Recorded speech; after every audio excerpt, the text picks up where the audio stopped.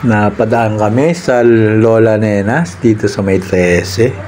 Susubukan namin ni Mrs. yung kanilang budget meal na yung halagang 58 na mayroong isang siopaw ng pansit at saka dalawang siopaw na may pansit na nagkakahalaga ng 76 pesos.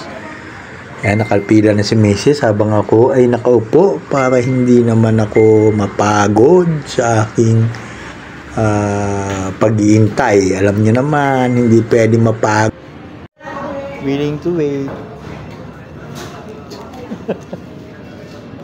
Ito na yung pinilahan namin kanina.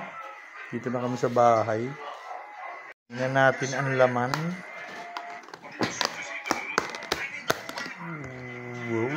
Wow. Dalawang siopaw at saka pansit. Wait lang. Yun. Nilagyan ng kalamansi. Ba't ganyan ang buhok niyan? Bagong gising ng gabi.